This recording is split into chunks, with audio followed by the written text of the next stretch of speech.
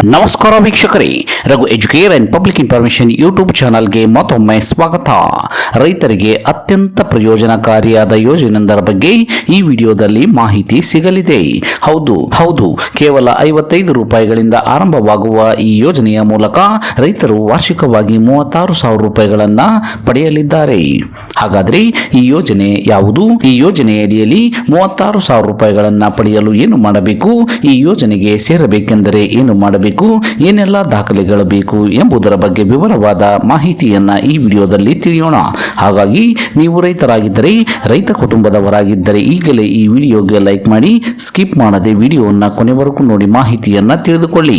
ಅದಕ್ಕೂ ಮುಂಚೆ ನೀವು ಇನ್ನೂ ನಮ್ಮ ಚಾನಲ್ಗೆ ಸಬ್ಸ್ಕ್ರೈಬರ್ ಆಗಿರದಿದ್ದರೆ ಈಗಲೇ ಕೆಂಪು ಅಕ್ಷರದಲ್ಲಿರುವ ಸಬ್ಸ್ಕ್ರೈಬ್ ಪದದ ಮೇಲೆ ಕ್ಲಿಕ್ ಮಾಡಿ, ಪಕ್ಕದಲ್ಲಿ ಬರುವ ಬೆಲ್ ಬಟನ್ ಅನ್ನು ಒತ್ತಿ ಆಲ್ ಅಂತ ಸೆಲೆಕ್ಟ್ ಮಾಡಿಕೊಳ್ಳಿ. ಬನ್ನಿ ಮಾಹಿತಿ ಏನೆಂದು ತಿಳಿಯೋಣ. ರೈತರ ಆರ್ಥಿಕ ಭದ್ರತೆಯನ್ನ ಖಚಿತಪಡಿಸಿಕೊಳ್ಳಲು ಭಾರತ ಸರ್ಕಾರವು ಅನೇಕ ಯೋಜನೆಗಳನ್ನು ಪ್ರಾರಂಭಿಸಿದೆ. ಪ್ರಮುಖ ಯೋಜನೆಗಳಲ್ಲಿ ಒಂದಾದಂತಹ ಪ್ರಧಾನಮಂತ್ರಿ ಕಿಸಾನ್ ಮಾನ್ ಧನ್ ಯೋಜನೆ. ಈ ಯೋಜನೆಯನ್ನು 2019ರಲ್ಲಿ ಪ್ರಾರಂಭಿಸಲಾಯಿತು. ಈ ಯೋಜನೆಯ ಮೂಲಕ ವೃದ್ಧಾಪ್ಯದಲ್ಲಿ ಸಣ್ಣ ರೈತರಿಗೆ ಆರ್ಥಿಕ ಭದ್ರತೆಯನ್ನ ಒದಗಿಸುವ ಗುರಿಯನ್ನ ಹೊಂದಲಾಗಿದೆ. ಈ ಯೋಜನೆಯಡಿಯಲ್ಲಿ ರೈತರು ಕೇವಲ 55 ರೂಪಾಯಿಗಳ ಮಾಸಿಕ ಹೂಡಿಕೆ ಮಾಡುವ ಮೂಲಕ 60 ವರ್ಷಗಳ ನಂತರ ಪ್ರತಿ ತಿಂಗಳು 3,000 ರೂಪಾಯಿಗಳ ಪಿಂಚಣಿ ಪಡೆಯಬಹುದು. ಪತಿ ಮತ್ತು ಪತ್ನಿ ಇಬ್ಬರು ಪ್ರತ್ಯೇಕವಾಗಿ ಈ ಯೋಜನೆಯ ಪ್ರಯೋಜನಗಳನ್ನು ಪಡೆಯಬಹುದು ಮತ್ತು ತಿಂಗಳಿಗೆ ಒಟ್ಟು 6,000 ರೂಪಾಯಿಗಳ ಪಿಂಚಣಿಯನ್ನ ಪತಿ ಪತ್ನಿಯವರು ಪಡೆಯಬಹುದಾಗಿದೆ. ವಯಸ್ಸಿಗೆ ಅನುಗುಣವಾಗಿ ರೈತರು ಮಾಸಿಕ 55 ರೂಪಾಯಿದಿಂದ 200 ರೂಪಾಯಿವರೆಗೆ ವಂತಿಕೆಯನ್ನ ನೀಡಬೇಕು. ಇದರಿಂದಾಗಿ ಅವರು 60 ವರ್ಷ ವಯಸ್ಸಿನ ನಂತರ ತಿಂಗಳಿಗೆ 3,000 ರೂಪಾಯಿ ಪಿಂಚಣಿ ಪಡೆಯುತ್ತಾರೆ. ಪ್ರತಿ ತಿಂಗಳು ರೈತರು ನೀಡುವಂತಹ ವಂತಿಕೆಯು ರೈತರ ವಯಸ್ಸಿನ ಮೇಲೆ ಅವಲಂಬಿತವಾಗಿದೆ ಮತ್ತು ಗರಿಷ್ಠ ವಾರ್ಷಿಕ ಕೊಡುಗೆ 2,400 ರೂಪಾಯಿ ಮತ್ತು ಕನಿಷ್ಠ ಕೊಡುಗೆ 660 ರೂಪಾಯಿ ಆಗಿದೆ. ಇನ್ನು ಈ ಯೋಜನೆಗೆ ಅರ್ಹರಾಗಿರುವಂತವರು ಯಾರೆಂದು ನೋಡುವುದಾದರೆ, ತಮ್ಮ ಹೆಸರಿನಲ್ಲಿ ಸಾಗುವಳಿ ಭೂಮಿಯನ್ನ ಹೊಂದಿರುವಂತಹ ರೈತರಿಗೆ ಈ ಒಂದು ಯೋಜನೆಯ ಸಹಾಯಧನ ಸಿಗಲಿದೆ. ಗ್ರಾಮೀಣ ಮತ್ತು ನಗರ ಪ್ರದೇಶದ ರೈತರು ಈ ಯೋಜನೆಯ ಲಾಭವನ್ನ ಪಡೆಯಬಹುದು.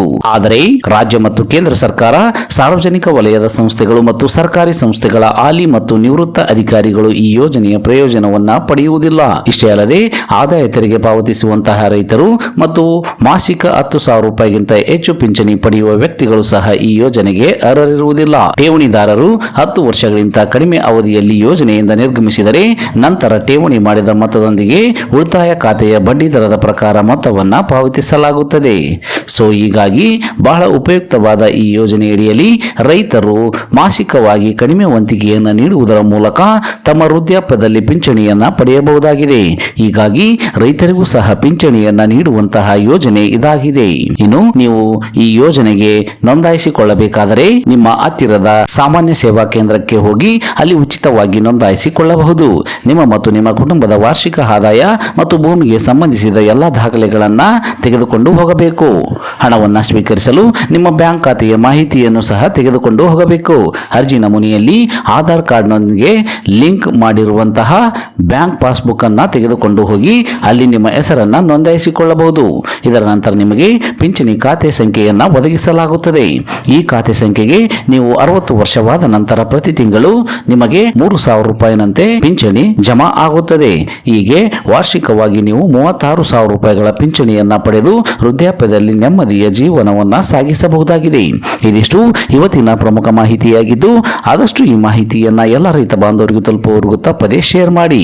ಈ ವಿಡಿಯೋವನ್ನ ಕೊನೆವರೆಗೂ ನೋಡಿದ್ದಕ್ಕೆ ಧನ್ಯವಾದಗಳು. Thanks for watching this video. Please subscribe for more videos. If you like this video, click the like buttons and give your comments.